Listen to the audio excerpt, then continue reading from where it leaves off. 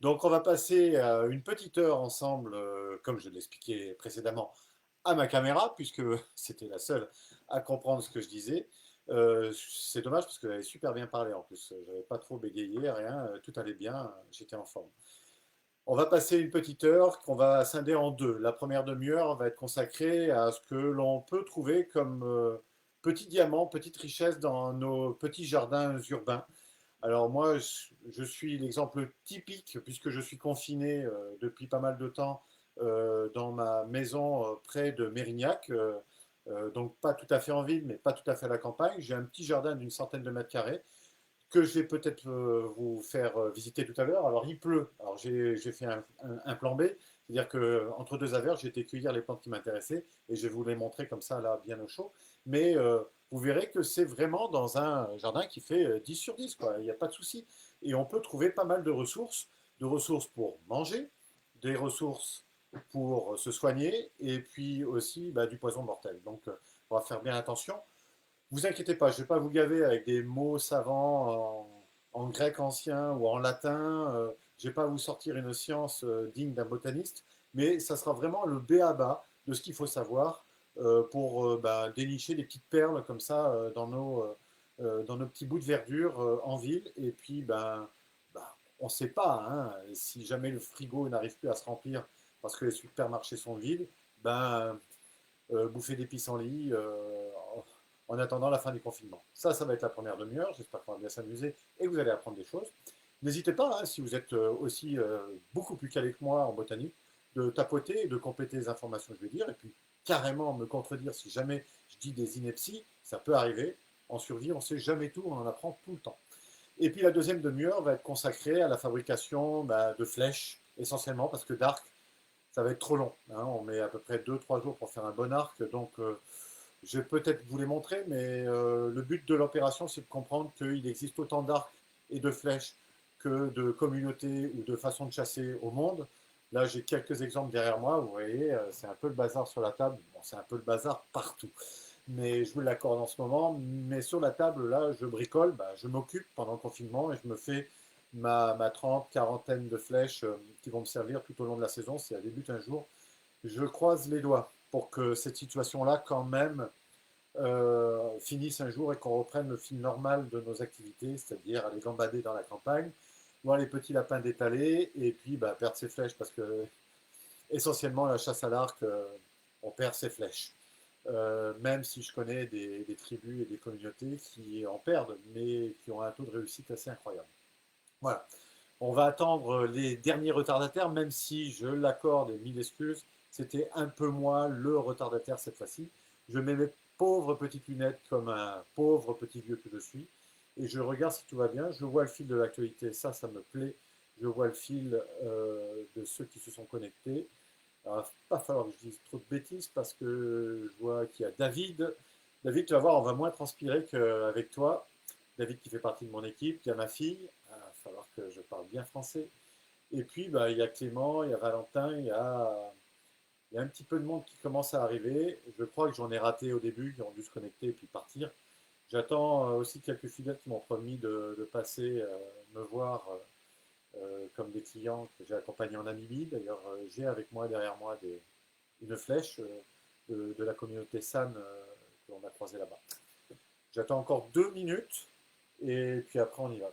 Ce qui fait qu'il est. Voilà, j'attends la sixième minute et puis après on y va. Je vais vous montrer, je vais vous faire un petit tour de mon jardin qui est loin d'être extraordinaire. D'ailleurs, il ne pleut plus, à la limite. Je vais prendre mon ordi, on va faire un petit tour. Ça ne paye pas de mine. Je vais vous montrer ma, ma vie quand je suis à l'extérieur, quand je suis à Mérignac. Voilà. Alors suivez-moi.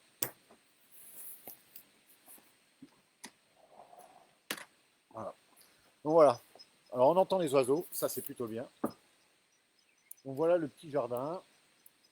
Rien, rien de fabuleux. La voiture qui commence à avoir les roues avec de l'herbe qui pousse autour. Le petit parc à vélo. Voilà, le portail, vous voyez, c'est pas immense. Et malgré tout, dans cet environnement-là, ben, on arrive à trouver de quoi se sustenter un petit peu. Voilà, je vous présente le chien.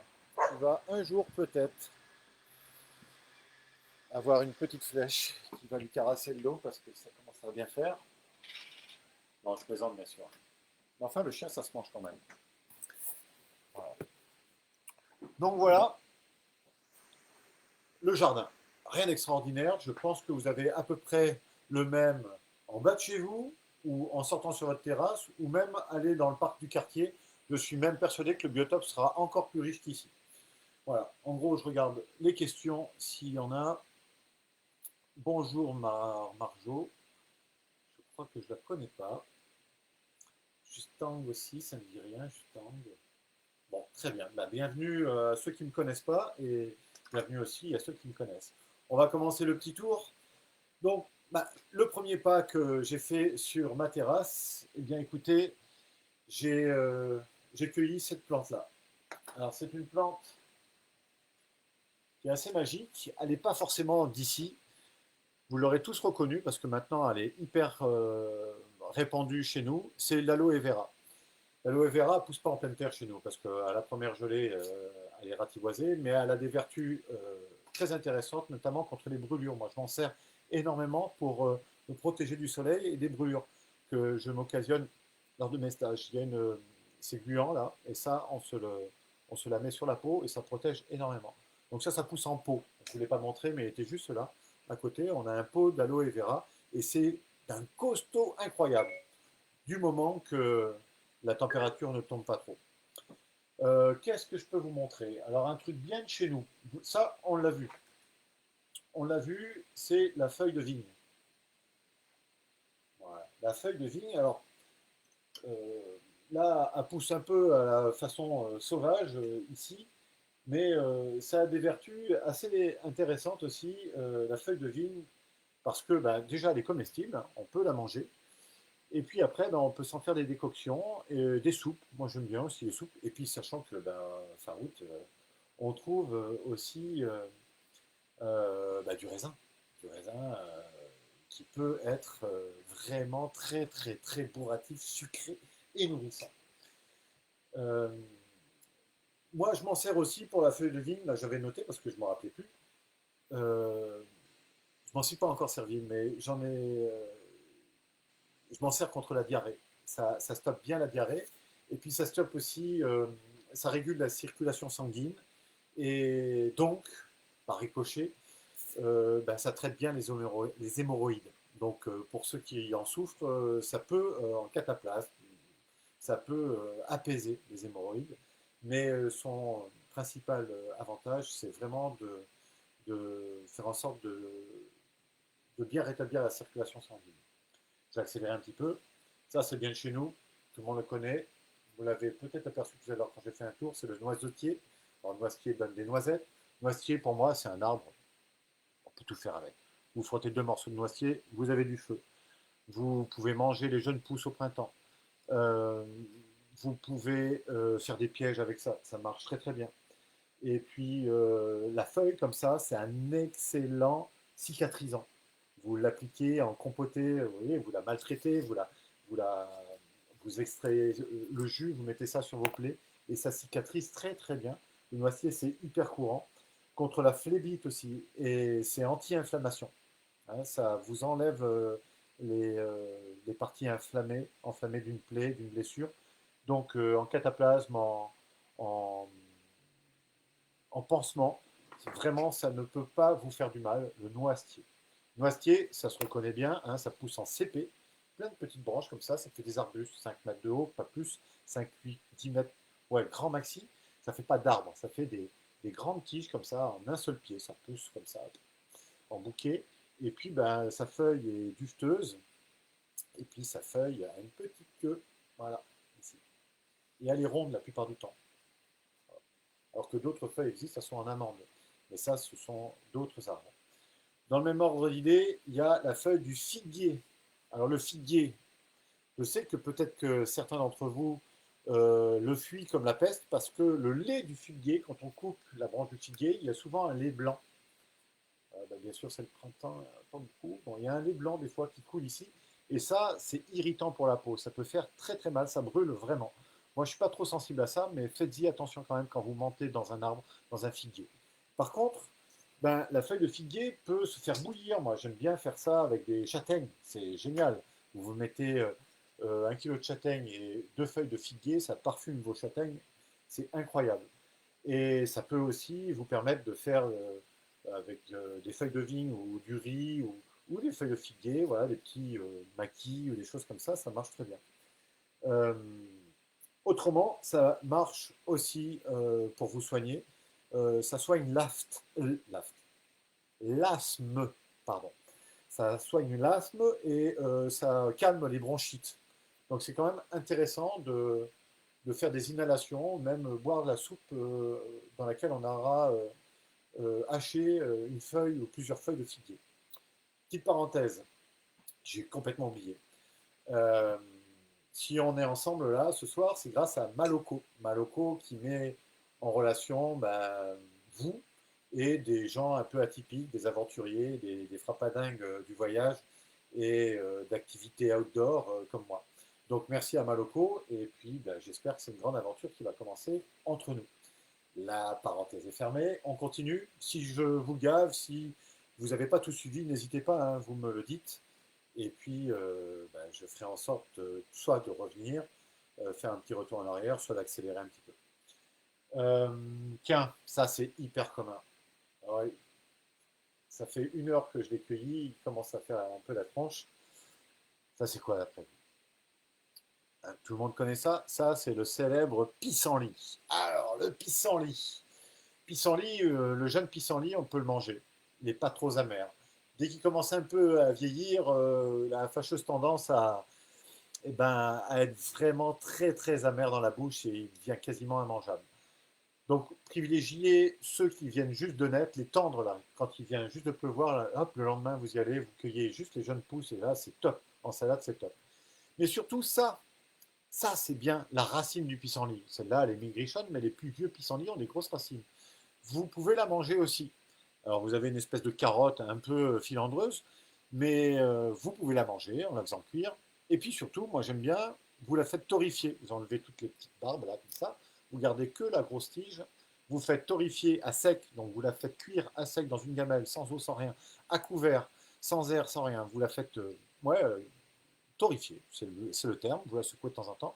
Et après, vous la pilez avec un petit pilon et puis vous faites infuser ça et vous avez un semblant de café. On dit que c'est un substitut du café. Bon, ça a goût de chaussette, mais quand on est dans la nature, en survie ou en période de confinement et que plus rien ne va et que votre supermarché a été dévalisé en café, ça peut vous contenter. Entre nous, c'est dégueu. Mais ça peut marcher quand même. Dans le même ordre d'idée d'une plante hyper commune. Alors celle-là, je suis persuadé que vous la trouvez. On la trouve partout. Alors on va dans ce sens-là. Hein. Voilà, je me recule un peu. Voilà. Le plantain lancéolé. Alors le plantain lancéolé, c'est hyper commun. Il existe plein de sortes de plantains. Celui-là, c'est celui qui a la grande feuille, longue feuille. Le plantain, on reconnaît parce que ça a des stries. Vous voyez, ça part de la base et ça va jusqu'en haut de la feuille. C'est le même strie. Il n'y a pas une arborescence comme dans d'autres feuilles. Vous voyez. Et donc ça a vraiment des vertus anti-allergiques et anti-inflammatoires. Moi, je m'en sers essentiellement quand j'ai trop marché et que j'ai le talon qui vient de chauffer ou les orteils qui frottent et où j'ai une ampoule qui se développe. Bon, ça, je prends ça, tac, et puis je prends la partie enflammée et je tourne et je l'applique directement comme ça, tac, et après je mets ma godasse par-dessus, ma chaussette, bien sûr, ma godasse, et ça arrête le frottement et ça soigne bien. Ça évite d'inflammer la zone. Voilà. Le plantain lancéolé, je suis persuadé que vous avez déjà marché là-dessus. Ça, c'est sûr. Une autre plante hyper commune que tout le monde connaît et qui est toujours dans mon jardin qui fait 100 mètres carrés. Hein. Voilà, c'est ça. Alors, je vais vous en montrer une autre qui a moins souffert de la chaleur de l'intérieur. Voilà. Ça pousse comme ça. On dirait, les gens confondent ça avec de la carotte. Et tout compte fait, si on regarde bien, ça va être net ou pas, ça va être dur. C'est une feuille qui est pleine de toutes petites feuilles. Ben, c'est l'Achillée millefeuille. Millefeuille. Il y a 1000 feuilles pour faire une feuille. C'est simple. Donc ça, moi, bon, ça se mange en salade aussi. C'est très amer quand c'est vieux. Ça peut être assez grand, hein. Et ben ça, je m'en sers essentiellement aussi pour me soigner. Son nom vulgaire, son nom commun, c'est Achillée millefeuille, et son nom vulgaire, c'est l'herbe au charpentier. Donc les charpentiers, quand ils se coupaient le doigt avec un ciseau à bois ou autre chose, eh ben, ils prenaient l'Achillée millefeuille, ils en faisaient de la pâtée, même ils la mâchaient dans leur bouche. Celle-là, elle est amère. Et une fois qu'ils avaient une espèce de pâte verdâtre, ben, imaginons que je me suis coupé là, hop, ils l'appliquaient sur la plaie, comme ça, un pansement, et zou. Et moi, j'ai testé pour vous, ça cicatrise 2, 3 fois plus vite que si on faisait rien. Donc l'herbe au charpentier, Achillée millefeuille, ça marche très bien, et c'est, mais alors, hyper commun. Hyper commun, je suis persuadé que vous allez en trouver. Tiens, dans les jardins un peu ruraux, il y en avait dans toutes les cours de ferme avant. Ça, c'est. Tiens, bah, c'est quoi d'ailleurs? Comment ça s'appelle? Allez, si quelqu'un a la réponse, il me l'écrit, et puis ben, il aura gagné ma reconnaissance éternelle. Je donne un indice, quand on la coupe, regardez, tac, vraiment, j'ai pas de bol avec les essences là. Quand on la coupe, généralement, il y a une sève jaune, voire orange, qui coule. Ah, celle-là un peu plus. C'est marrant, tout est à l'envers.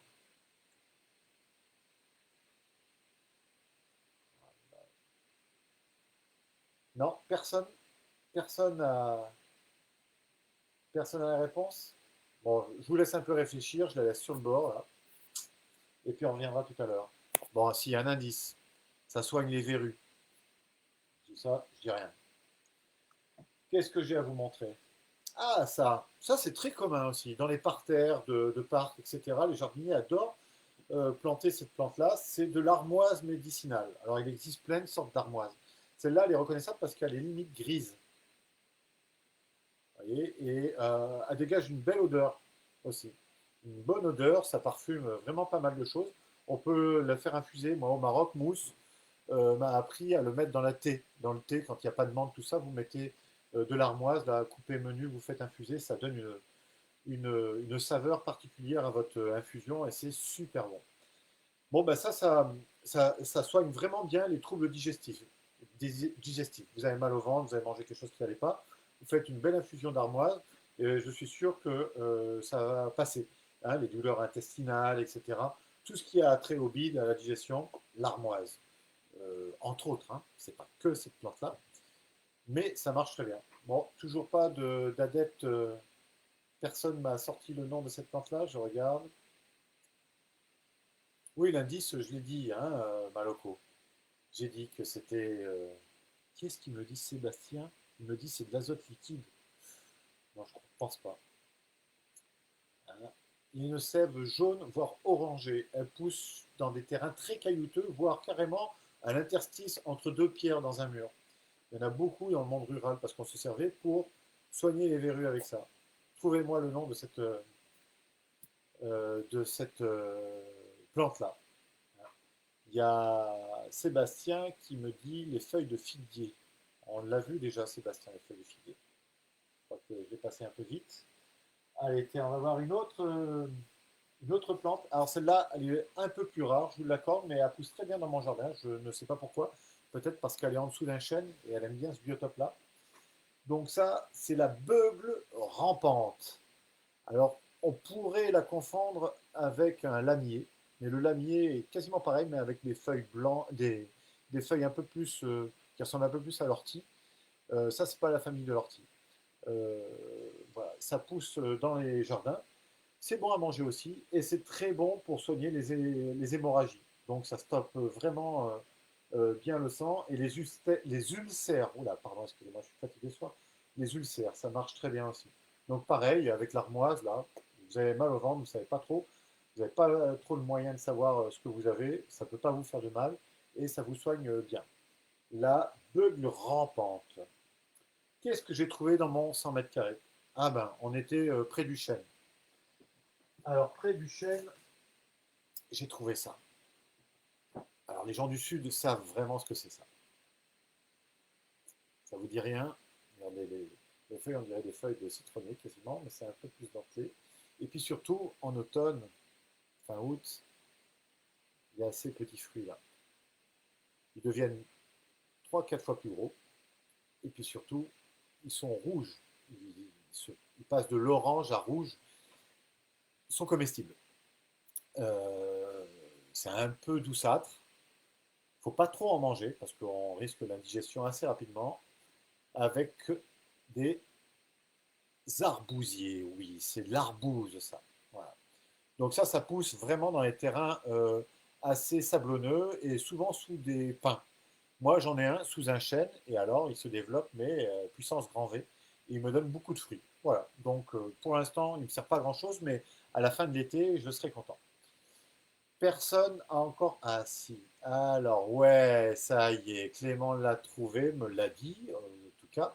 Ça a été le premier. Ouais, David aussi. Ouais, voilà. C'est du chilidoine. Tilidoine. On dit ça. Voilà, la sève orange, je ne sais pas si vous la voyez là. Attends, la caméra elle est là. Ouais, c'est pas terrible. Ça fait longtemps que je l'ai coupé, ce qui fait que. Et le principe, si vous avez une verrue ici, eh ben, vous l'appliquez sur la verrue tous les matins. Hop, et vous attendez que ça s'oxyde. Ah, ma peau, elle est un peu jaune. Et puis bah, tous les matins, vous recommencez. Et d'après les anciens, ça vous fait partir les verrues. Moi, ça n'a jamais marché sur moi. Mais bon, les anciens en sont persuadés. C'est un traitement parmi d'autres.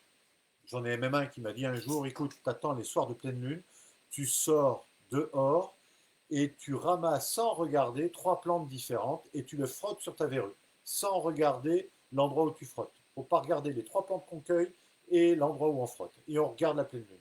Et d'après lui, ça marche. Voilà. C'est les remèdes de grand-père. Si ça marche sur lui, ça doit bien marcher sur quelqu'un d'autre. Autre plante. Autre plante. Alors ça fait plutôt une haie entre mon voisin et moi. Bon, ça, d'entrée, moi je sais ce que c'est, rien qu'à l'odeur, je n'ai même pas besoin de voir les feuilles. Ça a une odeur, on va dire. Allez, je suis charentais, ça me fait penser aux fruits de mer. À chaque fois qu'on fait cuire des fruits de mer, ben on met ça avec. Bon, c'est le laurier. Vous avez tout compris, le laurier sauce. Voilà, laurier sauce qui a une feuille qui est d'une dureté incroyable. Ça, c'est une plante qui est du roman. Et donc là, entre mon voisin et moi, ben, on a une haie de laurier sauce. Bon, quand on a besoin de laurier, ben, il n'y a qu'à tendre le bras par la fenêtre. Ça, la transition est toute trouvée parce que je vais vous montrer un autre laurier. Voilà, vous voyez la différence. On ne peut pas confondre. Ça, c'est le laurier sauce. Ça, c'est quoi? C'est le laurier rose. Danger de mort. Tous les ans, il y a des morts en France parce que les gens ont confondu ça à ça. Alors, on a une feuille. Ils ont confondu ça et ça.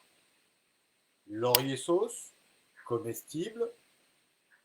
Laurier rose, sta, pois, caca, mortel. Mortel. C'est hyper commun, ça a des fleurs super belles. C'est une plante qui est hyper résistante, qui pousse dans les oueds, dans les déserts. Il ne lui faut pas beaucoup d'ombre et pas beaucoup d'humidité pour se développer, mais c'est mortel. Mortel. Donc faites-y attention. Le piège, c'est que les gens croient que bah, ça parfume les viandes et les fruits de mer comme le laurier sauce. Et puis surtout aussi, quand ils veulent faire des brochettes, bah, ils se disent, je vais arracher une tige de laurier rose pour me faire un pic à brochette. J'enlève toutes les feuilles et j'ai des tiges bien droites. Et j'enfile ma viande comme ça. Sauf qu'en cuisant, bah, la sève, les liquides du laurier rose pardon, vont se diffuser dans la viande et la viande devient toxique. Et au meilleur des cas, vous aurez mal au ventre, et au pire du cas, bah, le lendemain, il n'y a plus personne. Quoi. Donc faites attention. Laurier rose, mortel. On n'y touche pas. Dans le même ordre d'idées, et hyper commun, et en plus d'actualité. Allez, tiens. C'est quoi ça? Le muguet. 3 grammes de muguet et on meurt. Hyper commun dans nos jardins. Il est en train de fleurir, c'est le 1er mai, on s'offre tous du muguet. Bon, cette année c'est un peu particulier.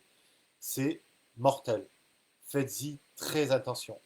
Ceux qui ont des enfants, pas touche. Hein, c'est joli, mais dès qu'on accueillit ça, on se lave les mains après. Ça peut vraiment vous causer de graves soucis. Voilà. Donc, il y en a d'autres, hein, poisons. Mais ceux-là, bah, c'est ceux que j'ai ici dans mon jardin. Et je pense que tout le monde approche de près, de très près, chaque année, ces deux plantes, laurier rose, muguet. Faites-y gaffe. Voilà. C'est joli, mais ça se défend. Voilà. Un petit break pour savoir toutes les questions qu'il y aurait à me poser. N'hésitez pas.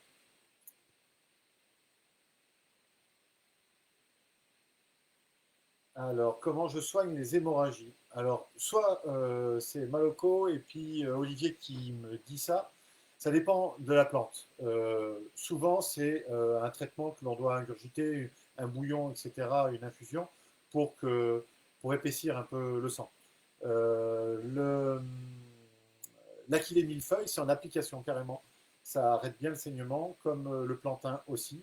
Il faut faire vraiment une pâte, il faut vraiment la mâchouiller ou la mélanger avec de l'eau, la piler pour avoir une sorte de jus et ça arrête. Alors attention, tout est relatif. Notre médecine moderne a fait des trouvailles fabuleuses et on ne remplacera pas un traitement médical avec des produits étudiés et super efficaces qui vont vous soigner quasiment les pires maladies du monde.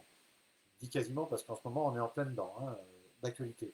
Mais si on n'a rien d'autre, ben, ma foi, ça, ce sont des substituts qui marchent à leur échelle. Hein, le produit n'est pas aussi bien concentré, aussi, la molécule n'est pas aussi bien ciblée, aussi bien travaillée qu'un vrai médicament. C'est des remèdes de grand-mère qui peuvent marcher, fonctionner, si on applique vraiment des règles strictes de transformation et leur efficacité est toute relative. Tout dépend du patient, tout dépend de plein de choses. Et encore une fois, moi, je ne suis pas un médecin avec des médecines douces. Je sais juste ce que les anciens m'ont appris et je l'applique régulièrement lors de mes stages quand j'ai pas d'autre solution. Et ça marche certaines fois. Euh, Certaines autres, l'efficacité n'est pas transcendantale. Maintenant, dans le traitement, il y a aussi, on sait maintenant, 10 à 20% d'effet placebo. Donc pourquoi pas s'en priver. Une autre question, notre indice, ça s'est fait. Ah, l'azote liquide, ça y est, je viens de comprendre. L'azote liquide dont Sébastien parlait, c'était pour les verrues, virer les verrues. Bah ouais, moi, c'est azote liquide. Bon, j'ai failli me coller les tendons, mais ça a été radical. Maintenant, l'azote liquide dans la nature, Sébastien, c'est plus dur à trouver. C'est la méthode bourrin. Voilà. Le muguet, très toxique, David, bien. Sébastien qui me dit, c'est pire que la coque. Ouais, oui, oui, oui, oui, oui, oui, oui, faut faire très attention. Euh, oui, David, bien, tu récites tes sons, quoi. Le muguet, à ne pas confondre dans la nature, on trouve du muguet sauvage et souvent, il est dans le même biotope que l'ail des ours. L'ail des ours, c'est une feuille qui est quasiment pareille que le muguet, sauf qu'elle est un peu plus bleutée, un peu plus grande. La feuille de la fleur de l'ail des ours est blanche pareil, mais c'est pas des petites clochettes comme ça, c'est un petit bouquet. Et puis surtout, quand vous cueillez feuille à feuille l'ail des ours, eh bien ça sent l'ail. Donc si jamais ça sent pas l'ail, jetez. Voilà. Mais surtout, ne ramassez pas à grande brassée l'ail des ours parce que vous risquez de prendre aussi du muguet dans le geste. Et puis bah, après, quand vous faites votre soupe à l'ail avec l'ail des ours, bah, vous risquez de mettre du muguet. Et là, pas globe. Pas globe du tout. Autre question. Euh, Sébastien, est-ce que tu as déjà trompé de plantes en excursion? Ben oui, on se trompe souvent de plantes. Moi, j'ai dans l'esprit une plante que je ne connaissais pas. C'était en Namibie. Le dernier stage que j'ai fait, là, il y a un mois et demi, on venait de Namibie, on était dans une vallée où il y avait une forêt. Et puis bien là, les gens avaient très très faim. Il y en avait un que je nommerai pas, puis je vais le nommer, François, qui avait la dalle. Voilà. Et puis il y avait plein de petits fruits rouges sur des baies. Ça ressemblait un peu à la salsa pareil, pour ceux qui connaissent. C'est la plante dont se nourrit les schtroumpfs, parenthèse. Mais c'est le vrai nom. Salsa pareil, vous verrez. Dans le sud-est de la France, il y en a plein, c'est inextricable. C'est une liane inextricable, il y a des épines partout, etc. Et ces petits fruits-là, ils étaient appétissants. Je ne savais pas ce que c'était. Donc on a fait la procédure pour le tester. pour tester, voir s'il était toxique ou pas. Donc on ne s'est pas trompé, mais on a poussé un petit peu le truc pour savoir s'il était toxique ou pas. Donc on a déjà pris le fruit, moi je l'ai mis ici, là, la peau qui est très douce, et je l'ai frotté. Doucement, si vous frottez, c'est sûr que vous aurez une réaction, la peau va devenir rouge. Donc vous frottez, vous l'étalez, vous attendez 10 minutes. S'il n'y a rien, vous faites la même chose sur vos lèvres. Vous attendez 10 minutes, vous n'avez pas le bec de canard, là, comme ça. Bon, ben, vous faites la même chose en mettant un tout petit peu sur votre palais à l'intérieur. Vous attendez 10 minutes, ça ne vous pique pas. Ah, là, ça me pique. Vous savez pourquoi ça me pique? Ben, c'est le laurier rose de tout à l'heure. J'ai mis le pouce là, ça me pique. Eh ben, voilà. Donc, c'est peut-être la dernière fois que vous le voyez, les gars. Si ça ne vous pique pas, ben, vous en mangez 1 gramme et vous attendez 1 heure. Si tout se passe bien, mangez 2 grammes, vous attendez 2 heures, etc., etc., etc. Ça, c'est la théorie. En pratique, on accélère vraiment le processus. Ceux qui ont vraiment la dalle, ils vont beaucoup plus vite vers le goûter d'une baie entière pour voir si ça va. Bon, on l'a fait. J'ai essayé de freiner un peu l'appétit de mes clients. Et tout compte fait, c'est devenu comestible très très vite. On a commencé à en manger une, ça allait bien. Deux, trois, quatre. Et puis, bah ouais, c'était pas mal. Ça avait le goût de fruits rouges assez sucrés. Et puis tout d'un coup, il y avait en deuxième couche un goût de wasabi. Là, c'était très peps comme ça. Et puis ben, au retour, on s'est rendu compte en cherchant sur Internet qu'elle était comestible. On l'a retrouvée. Et donc maintenant, j'ai appris quelque chose, j'ai testé. Donc si vous ne savez pas, vous ne mangez pas. Et si vous avez vraiment la dalle et vous voulez vraiment, vraiment tester la procédure, c'est celle-là. Hein. D'abord creux du bras, lèvres, palais, et on en mange un tout petit peu et on attend le plus longtemps possible. Et on en mange un tout petit peu plus et on attend encore le double, etc., etc., etc. Voilà, en gros la procédure. Autre question, ah, je suis déjà à la bourre. Euh, oui, les pointes, Clément, ouais. Bon, voilà, j'ai pas de pin dans mon jardin, mais c'est vrai que tous les sapins, les pointes de pin, les pointes d'épicéa, même au printemps, là maintenant, on peut les cueillir, on peut les manger comme ça quasiment. C'est mangeable. Hein. On pourrait faire un livre entier. D'ailleurs, bah, je vais faire un petit peu de pub. Je n'ai même pas de livre ici. Voilà, dans mon livre, il y a le b.a.-ba, il y a vraiment l'essentiel que vous pouvez trouver dans notre nature pour pouvoir manger. Je vous montrerai à la fin si vous voulez. Voilà, le b.a.-ba pour reconnaître des plantes comestibles et puis ben, pas s'intoxiquer surtout, se soigner un petit peu et puis ben, manger correctement ou assaisonner. Allez, dernière chose très très vite, tiens ça, on s'éloigne un petit peu du côté euh, comestible et puis du côté soignant, médicinal. Ça, c'est du lierre. Eh bien, figurez-vous, tapotez sur Internet, vous verrez qu'on peut en faire de la lessive. Et ça marche très bien. En ville, il y a beaucoup de lierre qui poussent. Ben voilà, si dans votre supermarché, il n'y a plus de euh, skip, homo, et j'en oublie un troisième, on va dire soupline, mais c'est pas ça, on va pas faire de pub. Ben, pensez aux lierre, vous faites la préparation, c'est assez simple, et vous avez quelque chose qui mousse pas mal et qui lave bien, très bien. Voilà, on pourrait faire 3 heures hein, sur les plantes, et encore, ça ne serait pas suffisant. Je pense que toute une vie entière ne suffirait pas à trouver toutes les plantes comestibles et toutes les variétés pour se soigner. Tout ce qu'on peut dire, c'est que même en ville, même dans un jardin urbain, on trouve de quoi faire au moins pire pour pouvoir tenir un peu plus longtemps que si on n'avait rien. Donc regardez en bas de chez vous, dans vos parcs et jardins, etc. Et puis je suis sûr que vous trouverez des petites merveilles. Euh, Ce qui est important de comprendre et de bien mémoriser, c'est que 90-95% des plantes que vous foulez, que vous cueillez, sont comestibles ou ont des vertus médicinales.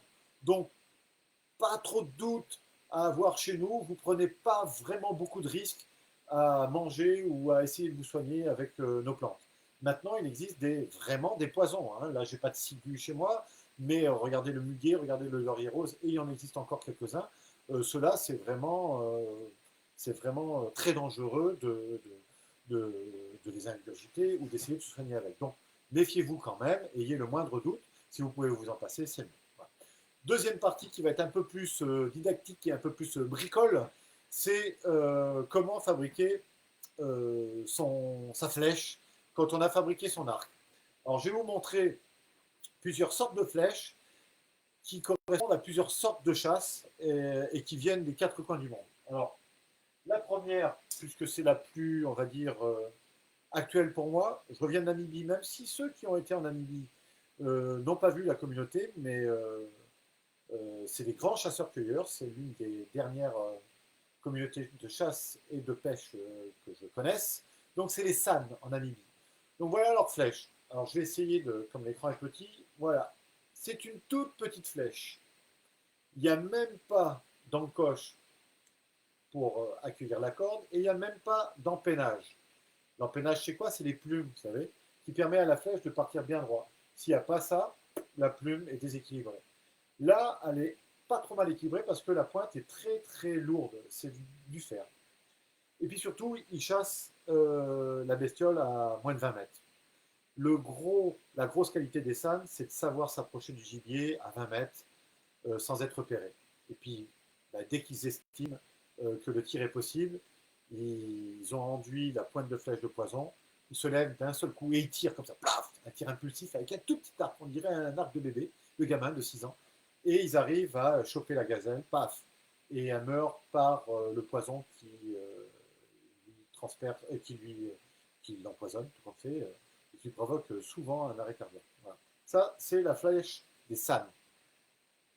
À l'opposé, ça, c'est une flèche qui vient de Guyane, non pas de Guyane, d'Amazonie. Celle-là fait 2 mètres. Donc regardez, hop, on y va.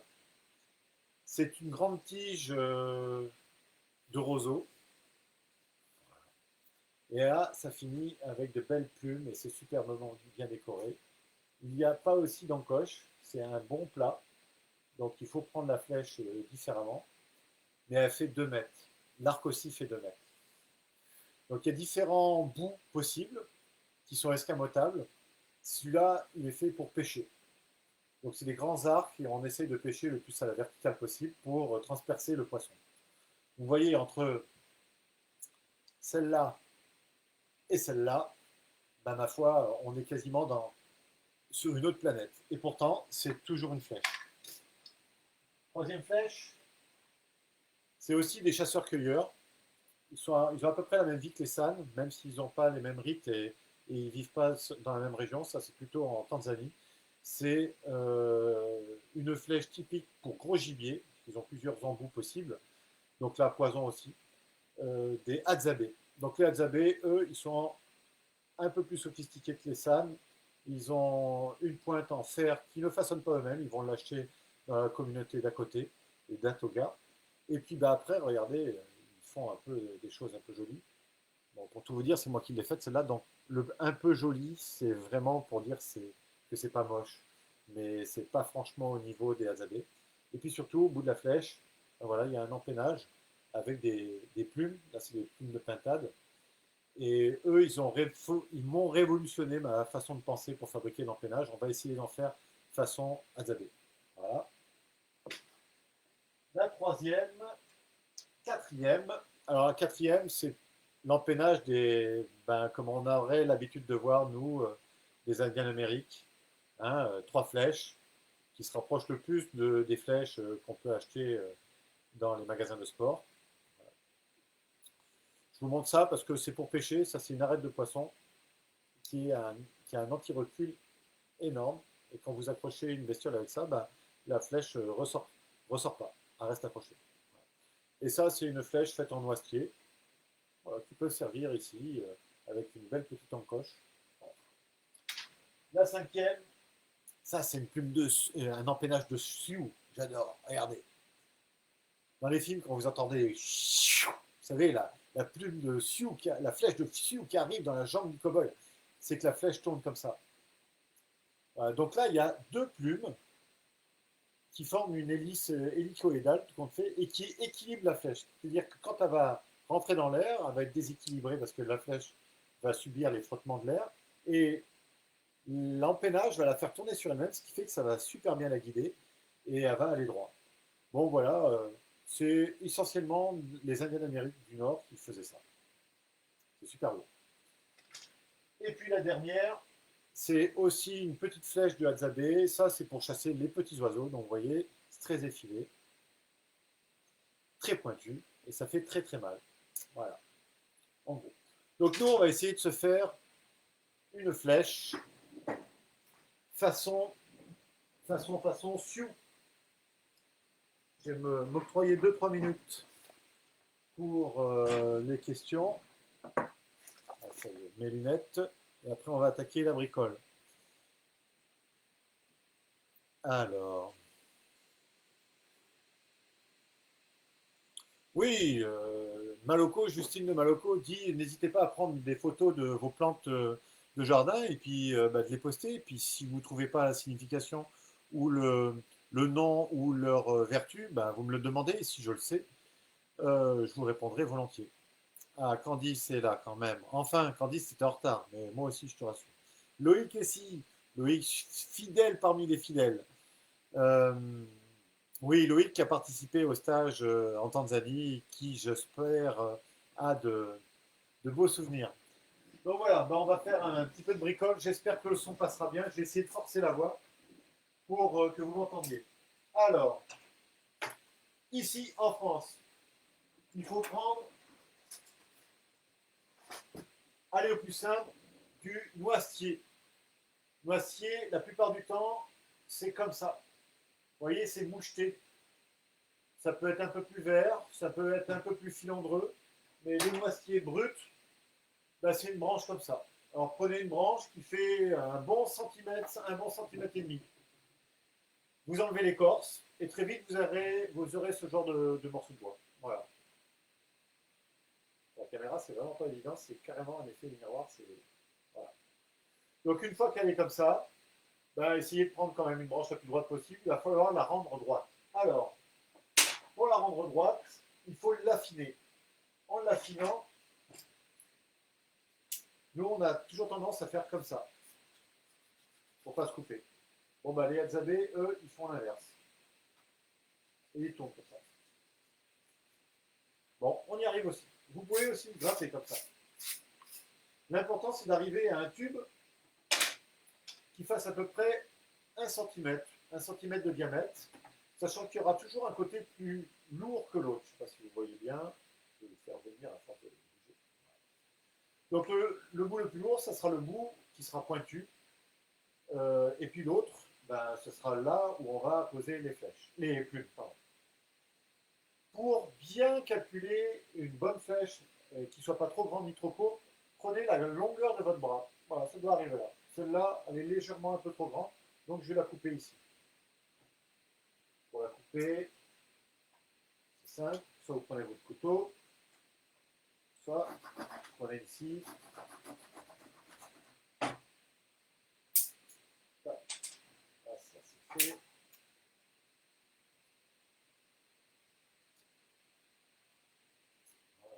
Une fois que c'est coupé, il va falloir essayer d'obtenir ça, l'encoche. Voilà, je pars de là, il faut que j'obtienne ça. Donc moi j'ai de la chance sur mon couteau, j'ai une scie, petite scie. Donc moi j'ai plus qu'à couper ici bien au milieu et descendre d'un bon centimètre et j'ai ma fente. Si vous n'avez pas de scie, il va falloir faire avec le tranchant. Alors je vais essayer de vous le montrer. Tac, vous faites un coup comme ça, vous tournez et un coup dans l'autre sens. Et vous descendez. Tac, tac, et vous allez descendre. L'important, c'est que la fente fasse 2-3 mm la grosseur de votre corde d'arc. Bon, je vais accélérer un peu la manœuvre. Vous voyez là, quoi. Vous voyez pas. Je vais faire comme ça.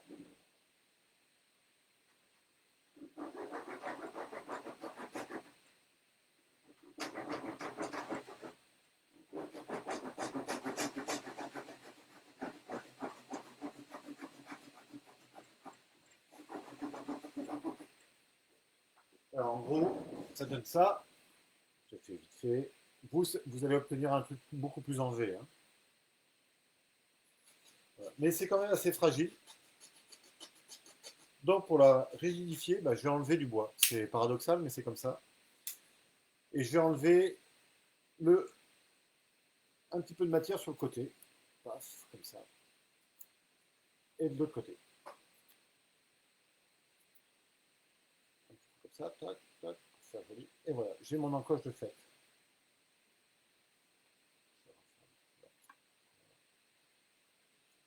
Là, elle va être beaucoup plus solide que tout à l'heure, malgré tout, malgré malgré que j'ai dégrossi et enlevé du bois. Voilà, voilà, mon encoche est faite. Ma corde va venir là. Une fois que j'ai fait ça, voilà, j'ai l'encoche, on est d'accord, toujours belle. Ben, vous allez noircir, carrément, noircir la pointe de votre flèche. Alors, vous savez faire du feu avec de morceaux de bois ou avec une loupe. Hein, on a vu ça déjà la semaine dernière. Bon, je prends mon briquet, c'est vachement plus pratique. Hein. Et vous allez vraiment noircir à cœur votre pointe de flèche.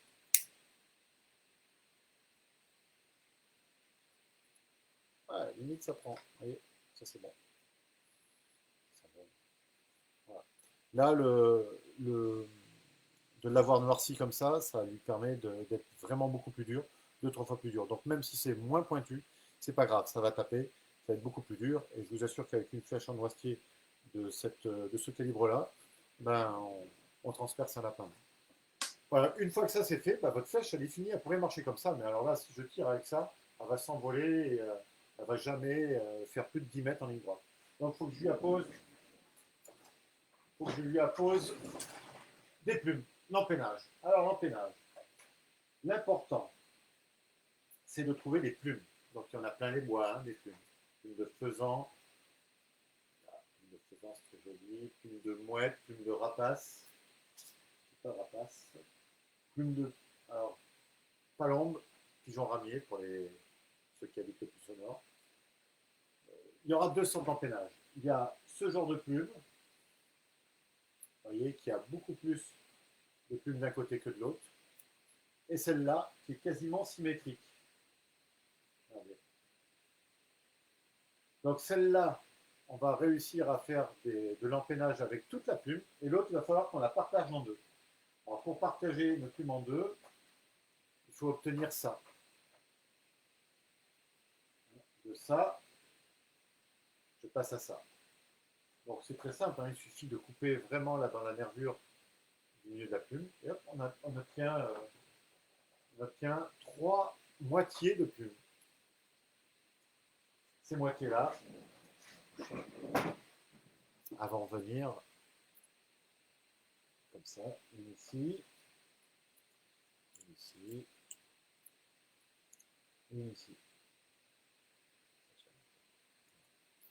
Faites un angle de 66 degrés, 6. C'est pas facile, mais il faut que vous ayez un triangle parfait quand vous la voyez vue d'en haut comme ça. Une fois que vous l'avez bien positionné, franchement, positionnez ça à 3-4 cm du bout, du bout de la flèche.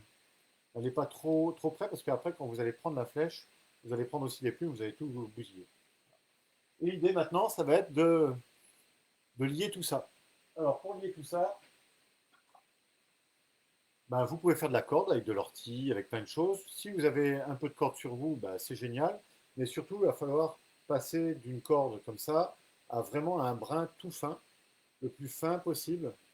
Parce que si c'est trop épais, ça va mal marcher, ça va taper contre l'arc et ça va vous empêcher de faire partir la flèche vite et droite.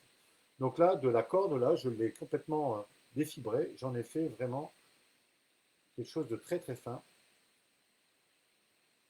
Alors vous pouvez faire aussi les Hadzabe, maintenant, avant ils faisaient ça avec des tendons aussi d'animaux. Maintenant, comme ils mangent un peu de riz, ils ont des sacs de riz et ils prennent les fils avec lesquels on tresse les sacs de riz. Et ça peut le faire aussi avec des sacs de jus. Donc voilà, l'idée c'est de faire ça. Je prends ma flèche, je la positionne avec l'empennage. Je prends le bout de la flèche. Je laisse vraiment un petit bout partir. Celui-là, il va me servir après plus tard. Et je fais un tour pour la bloquer. Elle est bloquée. Je mets une deuxième à 66 degrés, hein, on a dit. Pas facile de faire ça le bras tendu. Hop. Je fais un petit tour pour la bloquer. Et je mets ma troisième. Je repositionne les autres. Et je fais un petit tour. Et je fais des tours. Ce qui me reste, bah, si vous vous souvenez du petit bout du début, et ben je le noue. Je fais un nœud. Voilà. Si j'en ai pas assez, je repars avec d'autres.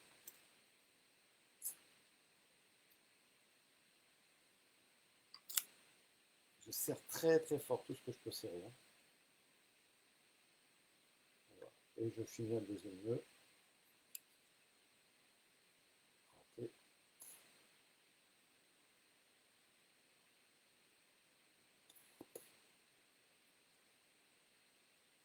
L'importance de la bouche. Alors moi, ce que je dis, si on doit faire ça en pleine nature,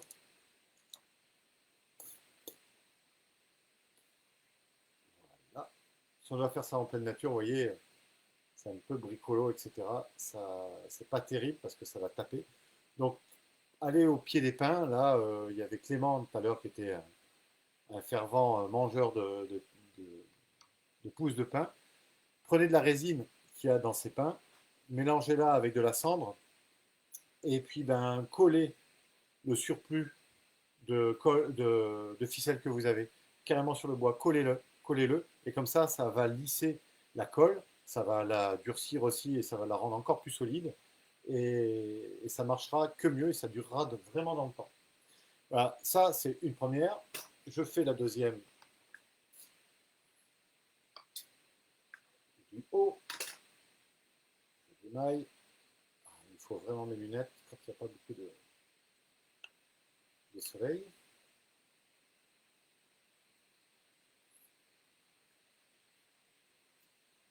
Encore une fois, c'est quand on n'a vraiment pas le bon matos. Hein. On bricole ça dans les bois, ça peut nous prendre quelques heures de faire ça. Voilà. Hop, je positionne bien. Je laisse un petit bout qui va me servir tout à l'heure. Et j'englobe mes trois plumes, les trois moitiés de plumes.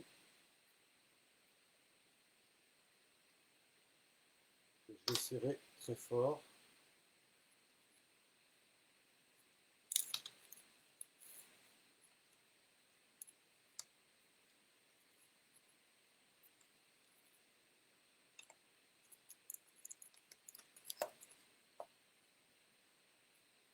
C'est raté. J'en ai une qui est un peu plus courte que les autres. Je vais la repousser. Voilà. La dernière partie.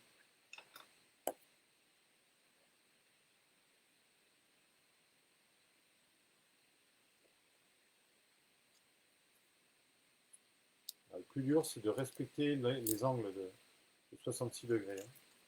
Si jamais c'est bancal, la flèche ira pas droit. Voilà. Donc vérifiez bien que votre angle soit toujours bien.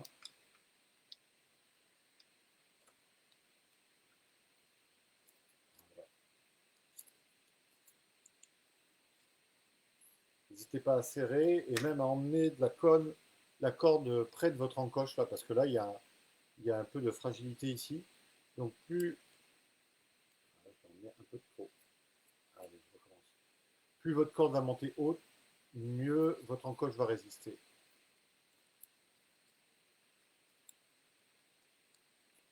Tout compte fait, je me rends compte que c'est plus facile dans les bois que devant une caméra assis sans pouvoir trop bouger.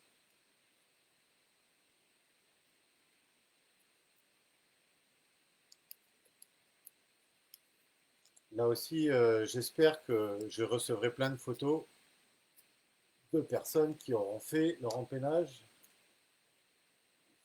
auront surtout réussi quelque chose de bien. Voilà, j'ai fait ma ligature, un petit nœud bien serré, en enduit de colle, tout ce qu'on veut. Alors ici au bureau, je peux mettre la colle blanche, je peux mettre plein de sortes de colle possibles pour que ces petits bouts-là ne soient plus là. Voilà, pour beauté du geste, je vais les enlever parce que ça fait vraiment bricolo. C'est pas joli joli. Voilà, il faut qu'elle veuille bien. Voilà. Là, pareil. Un peu grossier, mais j'espère que vous aurez compris le principe. Le grand principe, voilà, c'est de guider la flèche dans ces trois dimensions. Dernier petit truc, parce que là, ça fait vraiment pas beau. Vous n'avez jamais vu un Indien tirer avec des flèches comme ça, des plumes comme ça. Là, il y en a une qui finit. Elle est recoupée. Donc, dans la nature, on le met sur une bûche et au couteau, on y va. Là, j'ai mieux que la bûche, j'ai le ciseau. Donc, faites une belle plume d'à peu près 1,5 cm à peu près. Voilà, la dernière.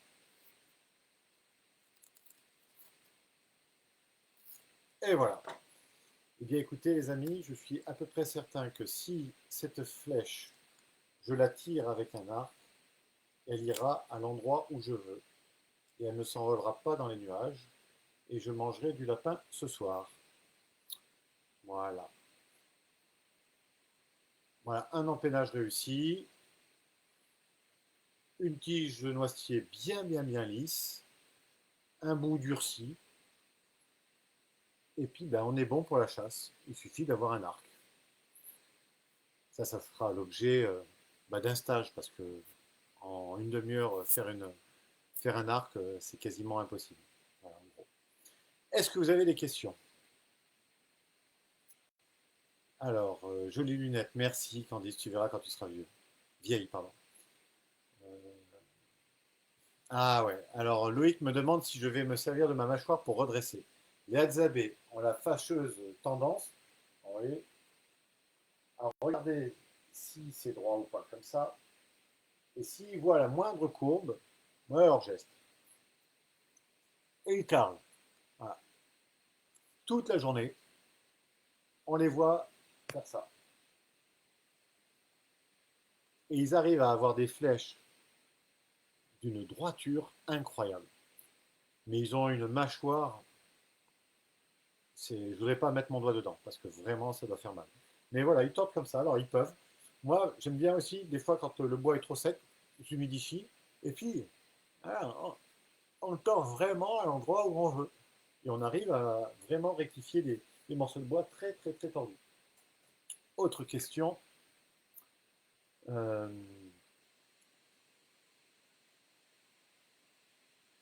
la plume, Jack KCZ, là, me disait pigeon. C'est pas du pigeon. Ah, si, t'as raison.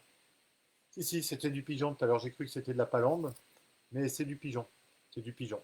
La palombe, c'est un peu plus gris que ça, un peu plus bleu. Plume symétrique. Ouais, asymétrique. D'accord. Candy, c'est très technique. Voilà. C'est ça qui est pénible quand on embauche des gens qui sont plus compétents que vous et ils sortent des noms savants pour exister. Merci Candice. Donc la plume rectrice, c'est qu'elle est symétrique, comme celle du pigeon. Voilà. Et la plume asymétrique est rimming, asymétrique. C'est souvent les plumes des ailes. Voilà. Ça sera pour la petite note scientifique. J'espère aussi qu'ils vont me faire de belles plumes, Justine de Maloco. Clément, on peut les réutiliser. Bah, bien sûr. Oui, moi j'ai des flèches. Celle qui a. Tiens, celle-là, là, la flèche avec l'empennage de Sioux, elle a 7 ans. Bon, à force quand même, si vous tapez des cailloux, etc., elle ne sera pas contente la flèche. Elle a fini par éclater, hein. Elles ont une durée de vie quand même qui est très petite. Pour donner un ordre d'idée, moi je fais à peu près une trentaine de flèches chaque année. Généralement, c'est entre Noël et le premier de l'an. Cette année, je n'avais pas eu le temps. Bon, bah, le confinement est arrivé et j'ai du temps. Et les 30 flèches, avec les stages, avec tous les essais que mes stagiaires peuvent faire, les imprudences qu'ils peuvent commettre, la maladresse qu'ils ont, bon, ben, les 30 flèches y passent. Donc je fais à peu près 30 flèches par an. Les Hadzabe, ils ont toujours à une quinzaine de flèches d'avance, mais ils passent au moins 4 heures de la journée à faire des flèches. Parce qu'ils en perdent énormément aussi. On en perd plus qu'on en casse. Maintenant, ça se prend un arbre comme ça, une flèche en noisetier se prend un arbre à 20 mètres, à les casser. À les casser, elle rebondit dessus et elle éclate. Ah, Jeanne me demande comment tuer le lapin sans le faire souffrir. Ça, c'est la grande question. Déjà, il faut tuer pour manger. Euh, hors de question de chasser pour le plaisir. Moi, je chasse par nécessité. J'essaie de... Enfin, j'aurais un fusil en situation de survie, je prendrais le fusil pour manger, mais franchement, quand vous avez un arc et des flèches et que lui, le lapin, a son flair, ses oreilles et sa rapidité pour lui, les forces sont égales. Voire le lapin a plus de force que vous, a plus de chances de s'en tirer que vous de l'avoir. Donc, ça me fait toujours mal au cœur de tuer un animal, mais si c'est pour le manger et vraiment tenir le coup, ben oui, oui, il faut y aller, faut assumer ce geste-là. Vraiment assumer les actes que l'on a, ben, que l'on produit, que l'on fait, ben, c'est la chose la plus importante dans la chasse. Pour tuer un lapin sans le faire souffrir, j'ai rarement vu un lapin ne pas faire de bond de 2 mètres après avoir s'être pris une flèche. La seule fois où il n'a pas moufté le pauvre, c'est que ben, je l'ai eu dans la tempe, en pleine tête, et là, boum, il est tombé raide mort tout de suite. Et là, j'étais content de moi parce qu'il n'a vraiment pas souffert.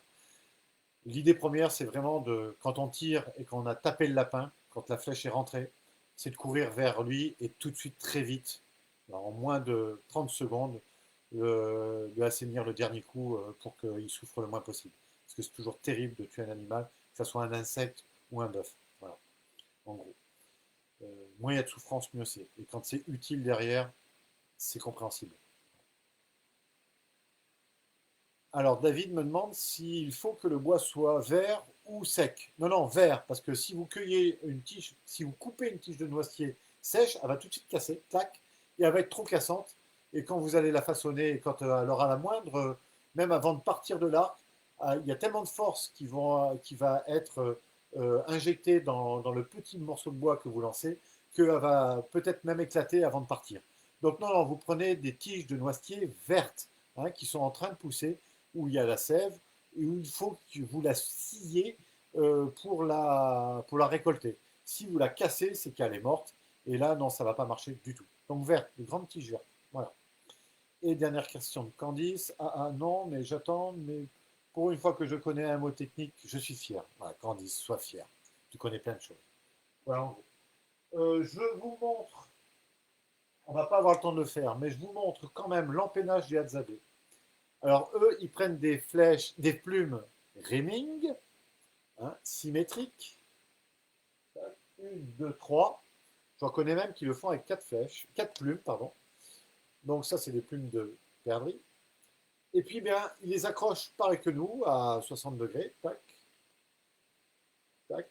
Mais ils commencent par le haut et les plumes débordent. Vous allez me dire, mais ils sont complètement fous. Ils font les trucs à l'envers. Bien non. Parce qu'une fois qu'ils les ont bien attachés comme ça, je ne sais pas si vous voyez bien, hein, le bout de la flèche est là, et bien ils les rabattent. Alors, je vais faire quand même un peu. Comment je vais vous montrer ça tac. Ils les rabattent comme ça, hop, et ils les attachent en bas. Et on obtient ce genre d'empennage. Voilà. Ils les ont attachés vers le haut, donc c'est attaché par l'intérieur, et après ils les rabattent et ils les rattachent comme nous on a fait ici. Alors ça, tiens, ça c'est fait avec des sacs de riz. Voilà. Un petit coup de briquet pour faire le petit nœud et c'est très lisse et ça marche très très bien. Et c'est beaucoup plus rapide à faire en situation de survie, de précarité absolue que de couper les plumes en deux, etc., comme on a vu précédemment. Dernier détail, et j'en oublie plein d'autres. Hein. Quand vous avez fait votre empennage, là, comme on a fait, c'est pas grave si l'air passe entre les deux. Vous voyez Là, il y a de l'air, elles ne sont pas collées. Si vous avez de la colle, vous les collez, bien sûr, ça va aller que mieux. Mais là, si l'air passe, c'est pas très grave. Ça marche bien aussi. Voilà. Voilà, en gros, et vraiment très très rapidement, euh, la démo, le tuto, si on peut appeler ça comme ça, pour faire une flèche. Une flèche qui va droit et qui peut tuer un animal à, allez, on va dire jusqu'à 20 mètres. Voilà, à peu près. Donc, lapin compris, il suffit de bien viser, viser plutôt la tête. Maintenant, faites ça qu'en extrême nécessité, bien sûr. Euh, Est-ce que vous avez des questions? Et puis après, je vais conclure. Alors, je regarde les questions. Merci. Ma question était plus d'ordre technique. Ah, un lapin.